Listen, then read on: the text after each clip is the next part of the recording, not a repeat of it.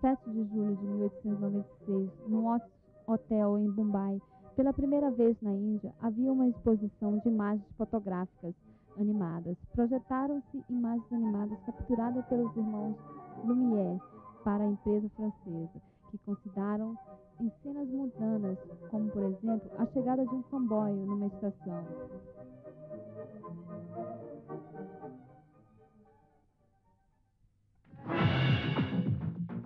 Mais de 100 anos depois daquele dia, no final do século XIX, a Índia é hoje um dos países que tem maior indústria cinematográfica do mundo. Aquele dia revelou-se ser o início de uma indústria de dimensões gigantescas, na medida em que as maravilhas tecnológicas se tornassem meio artístico. O cinema indiano transformou-se numa das formas populares.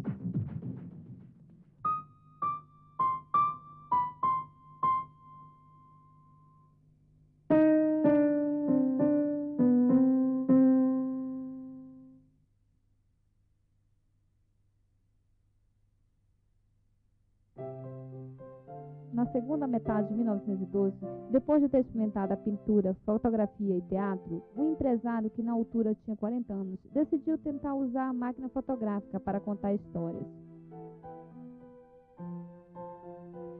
O Dundee Raj Govind Phade utilizou histórias da mitologia indiana como tema de seu primeiro filme.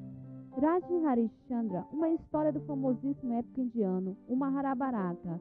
Este primeiro filme de longa-metragem, realizado por Dada Saheeb Phalke, contou a história de um rei com uma fé inabitável, na verdade, os inumeráveis sacrifícios pessoais que faz as aplicações e atribuições que sofre até ser compensado pelos próprios deuses. Todavia, não era por acaso que Phalke aproveitou o patrimônio cultural do país para os temas de seus primeiros filmes. Em 1930, os colegas indianos de um advogado idealista, Mohandas Karamchand Gandhi, convenceram a voltar à Índia, da África do Sul, e assumir a liderança da luta nacional pela independência.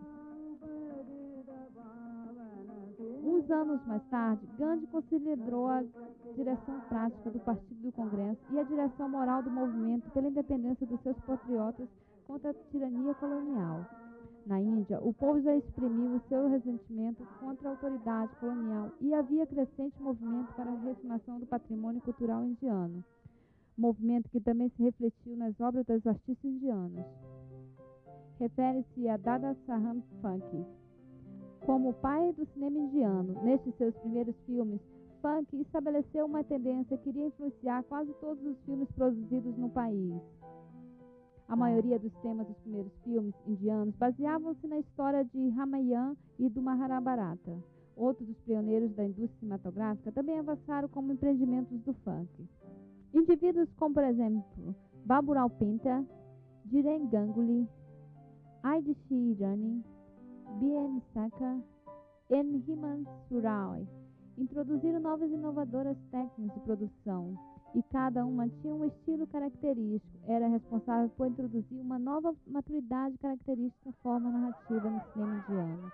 Em 1931, quando os filmes sonoros substituíram os filmes silenciosos, o cinema indiano já tinha desenvolvido seu próprio característico estilo. Além de falar, o cinema indiano aprendeu a cantar e dançar.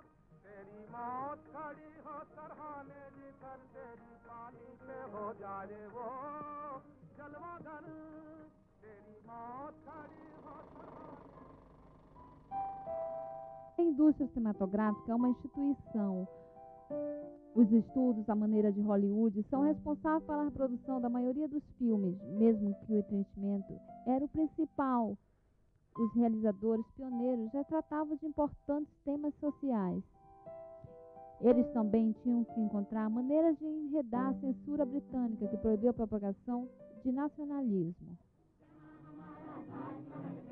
No filme de Kissman, justificavam-se as canções patrióticas, a censura dizendo que os inimigos mencionados nas canções referiam-se aos alemães.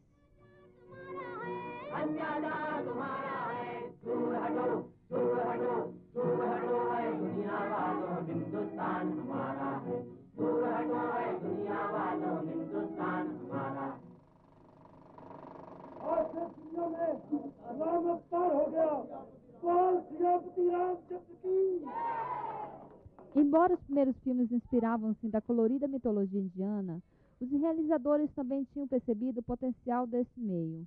Produziam-se a variedade de filmes. Entre esses, havia também os filmes de ação, com as obras como As Aventuras de Nádia Sem Pavor e Hunter Valley, que tiveram grande êxito na bilheteria.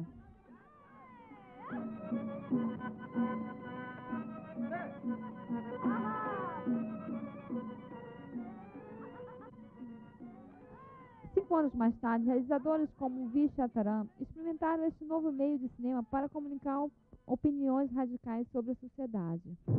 Em 1937, Mohamed Ali Jinnah estava exigindo a criação do Paquistão para cidadãos muçulmanos da Índia. Havia uma crescente tensão comunitária. O cenário político era dominado pelo movimento de obediência civil contra os ingleses liderado por Gandhi. Foi neste ambiente social que, em 1941, V. Shantaram realizou o filme Padose, um profundo e apaixonado apelo para a harmonia entre as comunidades e especialmente apelava para a unidade entre os hindus e muçulmanos. Mais tarde, o secularismo seria um tema predileto de realizadores dos filmes comerciais. Os críticos afirmaram que a própria indústria cinematográfica era um ótimo exemplo da coexistência de pessoas de todo o país. Surgiu uma identidade que era o resultado de uma confiança dos vários elementos de uma sociedade multirreligiosa e multiétnica que conformou uma cultura composta. E havia numerosos filmes que refletiam este ethos. O filme Baju Baura, a letra escrita por Shakil Badayuni, a música composta por Naushad e a voz era Mohammed Rafi. Todos esses indivíduos eram muçulmanos devotos. A canção que criaram é uma canção de oração hindu de fama imorredoira, um bhajan.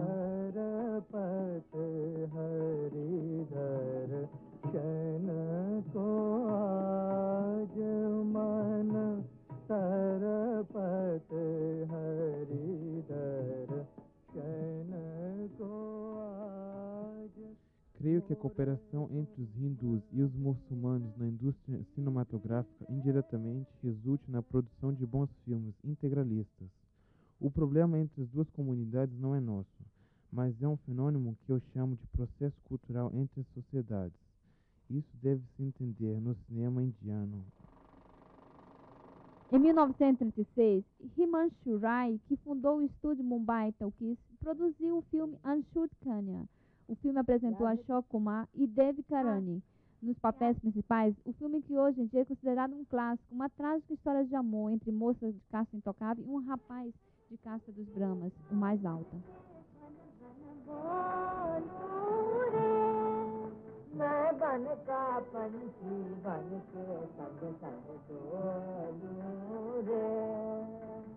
Obviamente, Himanshu Rai estava apoiando a liderança política do país, que condenou a intocabilidade, ironicamente. Mahatma Gandhi, que chefiou o movimento contra esses vícios sociais, recusou acusar o papel do cinema. Em 1939, K.A. Abbas, que mais tarde ganharia imensa fama sob ambos realizados pelos argumentos que escreveu para o famosíssimo diretor Raj Kapoor, escreveu uma carta endereçada a Mahatma Gandhi. Apresentou a Vossa Excelência para o seu escrútino e provação de um brinquedo da minha geração, Babu. Vossa Excelência já incluiu o cinema, e na mesma categoria dos vícios, como os jogos de azar, as loterias e as corridas de cavalo. Vossa Excelência é uma grande alma, não há preconceito no seu coração. Por favor, preste um bocado de atenção a este novo brinquedo, que não é tão inútil como parece, e bendiga como sorriso de tolerância. Não se sabe que Mahatma Gandhi respondeu. Todavia, é indiscutível que o cinema da Índia independe do desempenho e importantíssimo papel de influências à política do país.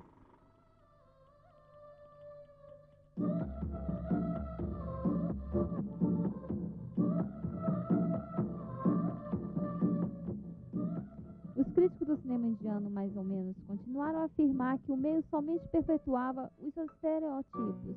Todavia, durante o passado 50 anos, há numerosas obras que tentaram ultrapassar essas imagens, realizados como, por exemplo, Bimal Rao, Mehboob Khan, Guru Dutt e Raj Kapoor reagiram fortemente contra o que eles achavam mal no sistema. Mas no papel de artista, que tiveram de trabalhar dentro dos limites de um meio de comunicação com o povo, tiveram de utilizar o próprio meio para comunicar suas opiniões. Em 1948, Mumbai tinha se transformado num polo do talento. Bhima transferiu-se do seu estúdio de Calcutá para Mumbai com alguns dos seus técnicos principais, onde entregam-se no Mumbai Talkies. Esse estúdio já tinha fama por ser um centro dinâmico de cinema, onde podia melhorar e fundir ambições artísticas com suas convicções ideológicas. O seu melhor filme é o Dobhir Zami, que estreou em 1952. तेरा शरीर ठीक नहीं है, जरा ख्याल से रहना। मैं जाता हूँ।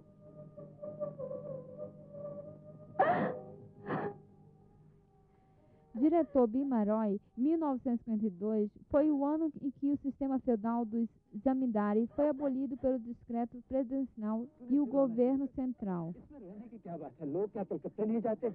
क्या जाने मन जैसे बार-बार कह उठता कि मैं फिर तुम्हें कभी नहीं देख सकूंगी। Implementou o movimento para introduzir reformas nos sistemas agrários.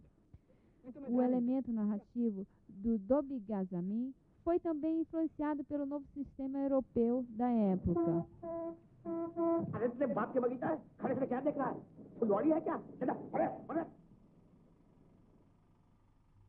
Dobhir Zami propagandou a nova visão social e econômica de Nehru, que estava espalhando por toda a nação.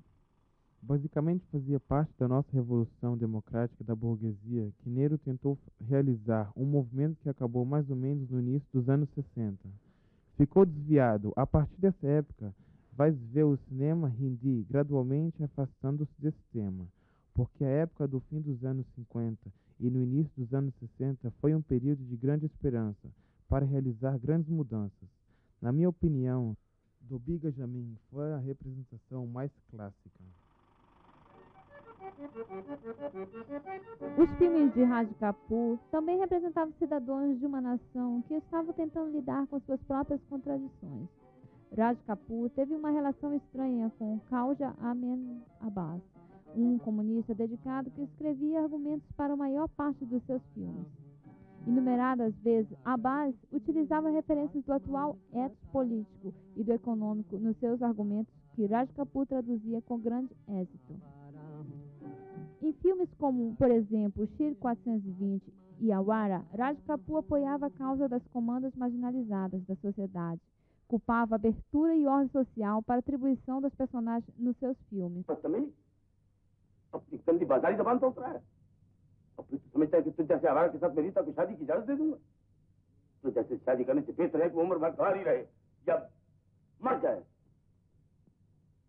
क्योंकि नहीं कहते कि मुझसे शादी करने से बेहतर है वो किसी बड़े आदमी से शादी करे, किसी अमीर आदमी से या किसी जज से। निकल जाओ, get out!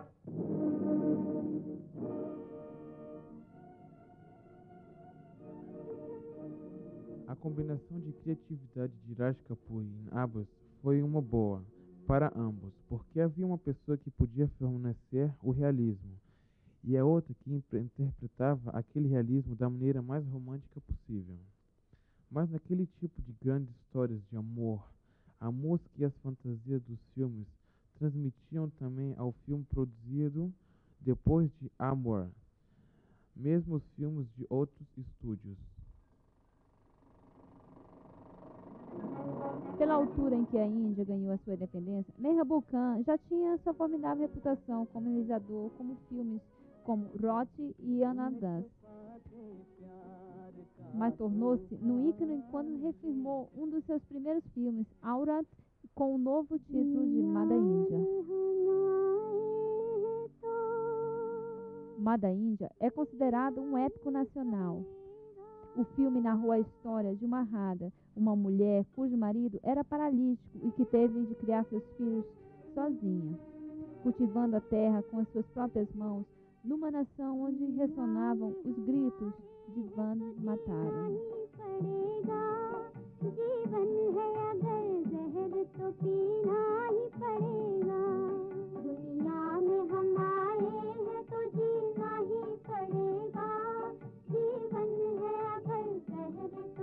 A metáfora era óbvia. O refrão constante do movimento pela independência articulado por Gandhi e por Nehru era a Índia lutando por uma verdadeira independência, que significava também liberdade das lástimas sociais e econômicas. Realizando esse tipo de liberdade era a prioridade principal da agenda nacional. Todavia, apesar do decreto que introduziu as reformas agrárias em 1952, a Índia rural ainda continuava sujeita à ordem feudal. Essa realidade foi articulada em numerosos filmes indianos, mas nunca foi representada tão acessivamente como nesse filme. Os filmes indianos glorificaram a causa das vítimas de injustiças sociais, e Amitabh Bachchan era o ator que especificou esta metodologia. अगले हफ्ते एक और कुली इन मवालियों का पैसा देने से इनकार करने वाला है। Pela altura em que Amitabh Bachchan se tornou um êxito fenomenal, os seus filmes refletiam a ira deprimida de uma sociedade em turbulência. Na maioria dos seus filmes, Bachchan representava o personagem de uma rebelde e zangado.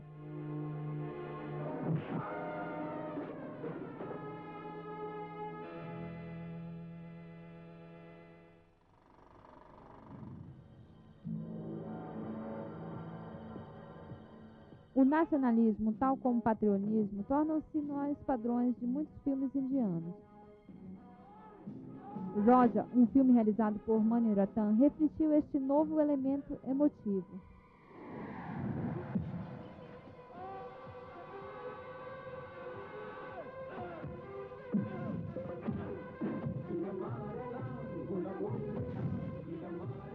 A narrativa do filme na língua tamil, Roja, passou-se em Caxemira, um estado de linda e com fenômeno de terrorismo, vindo de além de suas fronteiras.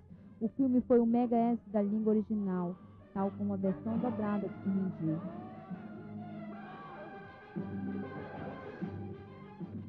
Este conceito de patriotismo já tinha sido desenvolvido como estilo padrão de Manoj Kumar, e o cinema contemporâneo indiano também frequentava utilizar este aspecto emotivo como tema.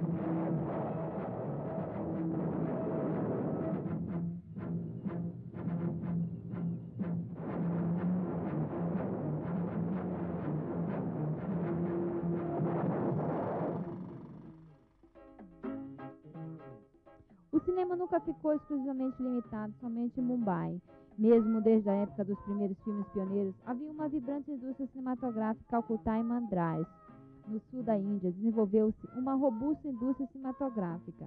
Eficiências gigantescas, cartazes coloridos e outras formas de publicidade eram os meios utilizados para vender o mundo fantástico dos filmes. Mas o elemento que deu ao cinema sua ligação tagitável com a sociedade eram suas ligações inextricáveis do cenário político. Em 1949, o movimento regional dos estados de Tamil Nadu, chamado a Dravid Kazang, conhecido pelo político Periyar, tinha desfeito. O chefe da facção importante, chamado Dravida Munnetra Kazhagam, para o escritor, argumentou a peça do teatro C.M. Anadurei. O Anadurei e a sua equipe utilizaram o cinema como meio de propagar as suas radicais mensagens sociais. O DMK dedicava a desafiar a supremacia dos Brahmas e confessar o sistema das castas. Essa realidade política serviu-se como inspiração para o cinema do DMK, fornecendo os temas principais de seus filmes. Durante as próximas décadas, o cinema transformou-se numa potente arma de dinamização ideológica. M. Karumaniji, que exerceu o cargo de presidente do governo regional do estado de Tamil Nadu 3 vezes, escreveu para a Shakti, em 1952, um filme que conta a história de um rapaz que assassinou um padre que violentava sua irmã. Atualmente emocionante, as cenas jurídicas tipificaram este gênero de filmes de abertura propagando as doutrinas do DMK. Durante o período de nacionalismo, os meios de entretenimento foram utilizados pelos políticos. O DMK aproveitou essa interação para seus fins políticos. Havia uma interação em ambos sentidos. No primeiro lugar, utilizaram o cinema para propagar as suas ideias. E, em segundo, utilizaram a popularidade dos atores para estender as suas influências políticas. Havia uma dupla utilização.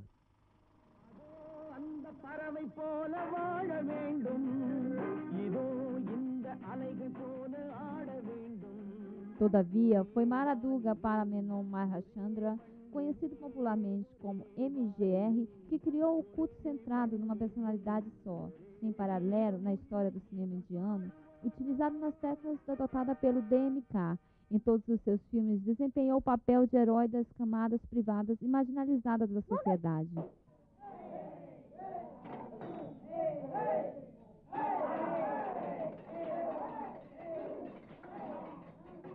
O herói que se tornaria rebelde e conquistaria o estabelecimento tirânico, se transformar no super-herói.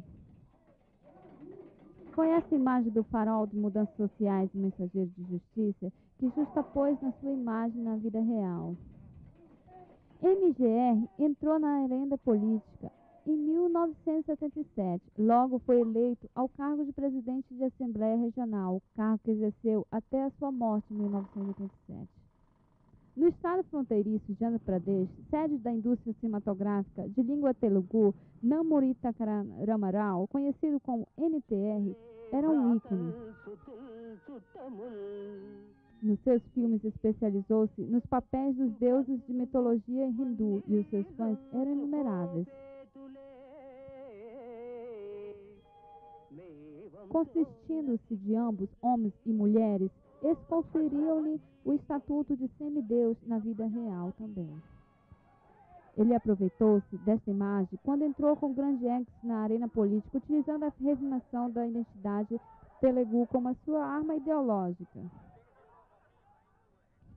NTR chegou a exercer o cargo de presidente da Assembleia Regional de Andhra Pradesh. O seu êxito realçou mais uma vez a ligação extraordinária que existia entre o cinema e a política nessa região. Nada de realidade atual refletia o nome quando NTR fazia os papéis de deuses. Existia a esperança que havia um Salvador para nos livrar dos nossos problemas, que é um Deus ou um indivíduo com esse status entrasse no cenário político, alguém que representasse Deus com suas qualidades para nos livrar a sociedade das suas lástimas. Foi dessa maneira que NTR tornou-se um partido político, o Telugu Desam, e revestiu com suas alma supernatural. Era uma espécie de exército Krishna. O parlamento tinha que realizar a vingança entre a luta entre o bem e o mal. No cinema comercial indiano, refleteu-se a cultura nacional no tema. É uma espécie de espelho. O realizador Satyajit Ray utilizou os seus filmes para celebrar o humanismo da vida rural.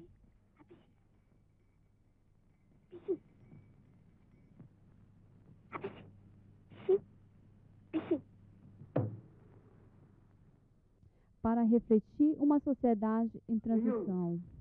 To you, my noble ancestors, to you. No filme Saga, ele apresenta a queda de uma subcultura que é substituída por uma nova cultura que seja talvez mais bruta. Em Dave, ele realçou os contrastes entre as novas atitudes científicas e as superstições de mentalidade tradicional.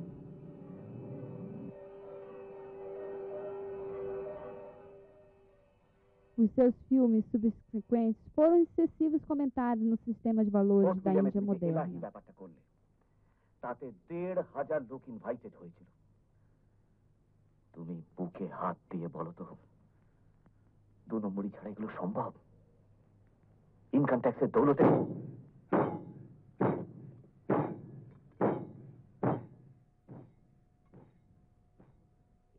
Ritik Ghatak, contemporâneo de Rai, utilizou seus filmes para refletir a trauma da participação e angústia do expatriado.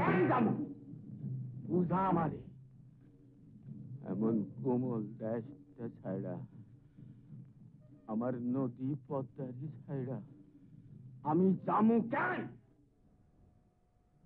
Do outro lado, Mirinal Send utilizou o conteúdo social para seus filmes primeiros.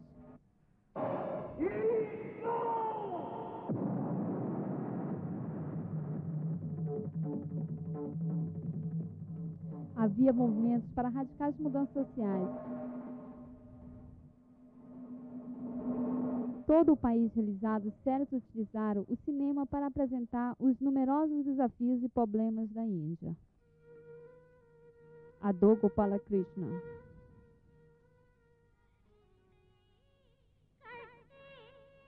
E lá mais tarde, Ravinder.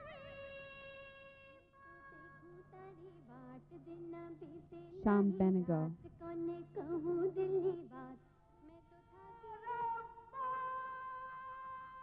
Govind Nirlani. E numerosos outros realizadores utilizaram este meio artístico para criar uma extraordinária tapeçaria do país. Às vezes, usando parabolas e alegorias para transmitir suas opiniões.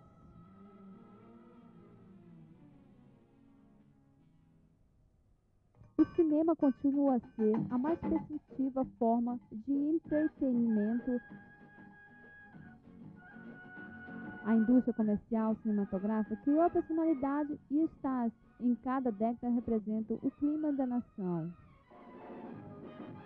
E para os milhões de espectadores que enchem o teatro todos os dias, os filmes indianos talvez sejam responsáveis para ensinar ao público como sonhar. Ao mesmo tempo, esses filmes também agravam a construção de uma nação. Vande Mataram. Vande Mataram. Vande Mataram. Vande Mataram. Sujalam Sujalam Malayadishitalam Shasya Shamalam Mataram Vande. Sujalam Sujalam Malayadishitalam Shasya Shamalam Mataram Vande. Vande, Vande Mataram. Vande, Vande, Vande Mataram.